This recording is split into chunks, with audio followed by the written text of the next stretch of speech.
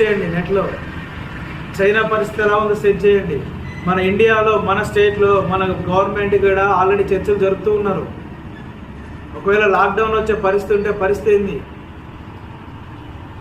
Lockdown పడితే పరిస్థితి ఏంటి? కుటుంబ పరిస్థితి ఏంటి? మన పరిస్థితి ఏంటి? మన ఇంటి పరిస్థితి ఏంటి? అప్పుల పరిస్థితి ఏంటి అని వాక్యం తెలుస్తుంది తెలుసా? దేనికి భయపడదు. ఏ వైరస్ వచ్చినా, ఏది వచ్చినా నేను నిలబడితే అనేది నన్ను దాటి రాలేదు. భయపడకు. నువ్వు భయపడాల్సిన అవసరం లేదు. నువ్వు దిగి చెందాల్సిన అవసరం లేదు. కోవిడ్ వచ్చింది, ఫస్ట్ వేవ్ వచ్చింది, సెకండ్ వేవ్ వచ్చింది, థర్డ్ వేవ్ వచ్చింది. నువ్వు లేవు ఈరోజు. రాని, ఎలాంటి వైరస్ వస్తుందో రాని. నీ చుట్టూ కంచె వేసే దేవుడు నీ పక్షాన ఉన్నాగా నీకెందుకు భయం? కానీ వాక్యం ఏం సెలవుస్తుందంటే, ఆ దేవుని నువ్వు కలిగి ఉన్నావా? ప్రశ్న. ఆ రక్షణ నువ్వు కలిగి ఉన్నావా?